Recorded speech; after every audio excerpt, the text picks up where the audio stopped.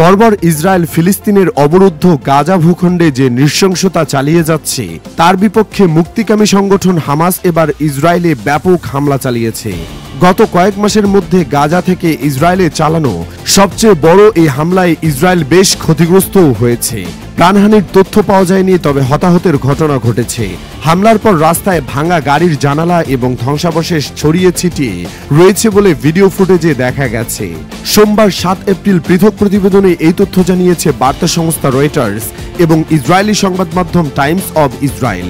এরই জেরে এবার পাল্টা হুঁশিয়ারি দিয়েছেন ইসরায়েলের যুদ্ধবাজ প্রধানমন্ত্রী নেতানিয়াহু। সংবাদ মাধ্যমটি বলছে, হামাস ইসরায়েলের আশদোদ শহরের দিকে 10টি রকেট নিক্ষেপ করার পর প্রধানমন্ত্রী নেতানিয়াহু ওয়াশিংটন ডিসিতে যাওয়ার পথে উইং অব জায়ন বিমান থেকে প্রতিরক্ষা মন্ত্রী ইসরায়েল কাটসের সাথে ফোনে কথা বলেছেন। তার অফিসের মতে নেতানিয়াহু এ সময় কাটসকে কঠোর প্রতিক্রিয়া জানাতে বলেন এবং গাজায় হামাসের বিরুদ্ধে তীব্র সামরিক অভিযান অব্যাহত রাখার নির্দেশ দেন।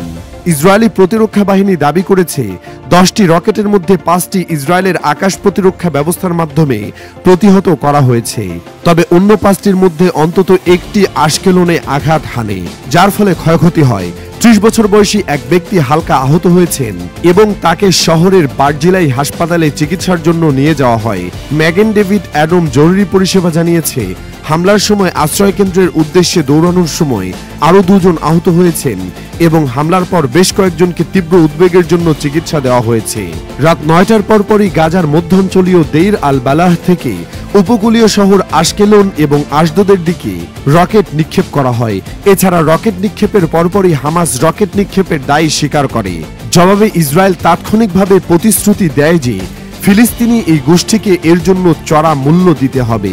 হামলার পর আইডিএফ এর আরবি ভাষার মুখপাত্র কর্নেল আভিচাই আদ্রাই দেইর আল বালাহ এলাকার ফিলিস্তিনি বেসামরিক নাগরিকদের তাদের এলাকা থেকে সরে যাওয়ার সতর্কতা জারি করেন। তিনি বলেন, আইডিএফ সেখানে হামলা চালানোর আগে এটি চূড়ান্ত সতর্কতা।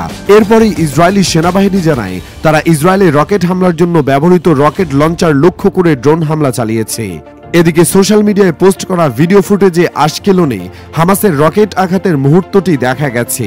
হামাসের নিক্ষেপ করা ওই রকেটটি বেশ কয়েকটি উঁচু অ্যাপার্টমেন্ট ভবনের কাছে আঘাত করছে বলে মনে হচ্ছে।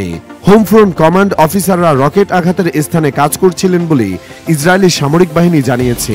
আইডিএফ এর মতে হামাস এই হামলার সময় 10টি রকেট নিক্ষেপ করেছে, যা গাজা থেকে বহু মাসের মধ্যে সবচেয়ে বড় রকেট হামলার ঘটনা।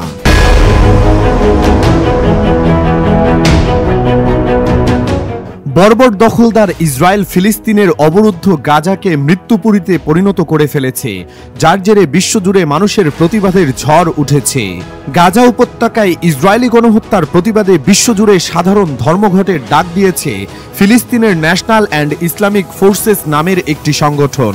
সোমবার পুরো ফিলিস্তিনের পাশাপাশি বিশ্বজুড়ে এই ধর্মঘট পালনের আহ্বান জানিয়েছে গোষ্ঠীটি।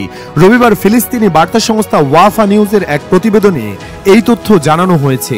এতে বলা হয়েছে, আগামী সোমবার ফিলিস্তিন জুড়ে সাধারণ ধর্মঘট পালন করা হবে।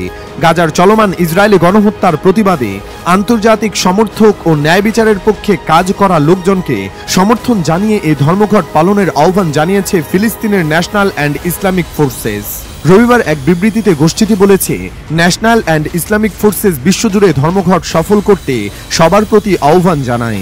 একই সঙ্গে প্রতিরোধের কণ্ঠস্বর জোরালো ও ইসরায়েলি বাহিনীর সংঘটিত ভয়াবহ গণহত্যা ও অপরাধকে তুলে ধরার প্রয়োজনীয়তার উপর জোর দিয়েছে গোষ্ঠীটি। ন্যাশনাল অ্যান্ড ইসলামিক ফোর্সেস বলেছে, ইসরায়েলি বাহিনী ফিলিস্তিনে নির্বিচার গুলি চালিয়ে বেসামরিক নাগরিক, বিশেষ করে শিশু ও নারীদের হত্যাকাণ্ড এবং ফিলিস্তিনিদের নিজ বাড়িঘর থেকে বাস্তুচ্যুত করার লক্ষ্যে ব্যাপক ধ্বংসযজ্ঞ চালিয়ে যাচ্ছে। বিবৃতিতে ইসরায়েলি আগ্রাসনের অবসান ঘটাতে এবং আন্তর্জাতিক আইন ও ফিলিস্তিনিদের অধিকার লঙ্ঘনের ঘটনায় জবাবদিহিতা নিশ্চিতে স্থানীয় ও আন্তর্জাতিক প্রচেষ্টাকে একত্রিত করার গুরুত্বের উপর জোর দেওয়া হয়েছে। এদিকে বাংলাদেশে অনেক তরুণ নেতৃত্ব গাজা ইস্যুতে সরব হয়েছেন। ইতিমধ্যেই সামাজিক মাধ্যমে এই অবরোধ সম্পর্কে পোস্ট করেছেন অনেক নেতা। তারা দেশ জুড়ে নো ওয়ার্ক নো স্কুল কর্মসূচি পালনের উপর জোর দিচ্ছেন। এদিকে গত 24 ঘন্টায় গাজা উপত্যকায় নির্বিচার হামলা চালিয়ে অন্তত 46 ফিলিস্তিনিকে হত্যা করেছে ইসরায়েলি সামরিক বাহিনী। এর মধ্যে রোববার ভোরের দিকে খান ইউনিসের একটি আবাসিক এলাকায় ইসরায়েলি বাহিনীর বোমা হামলায় অন্তত 9 জন নিহত হন। বোমা হামলায় এই ফিলিস্তিনিদের মরদেহ ছিন্ন ভিন্ন হয়ে গেছে বলে স্থানীয় বাসিন্দারা জানিয়েছেন।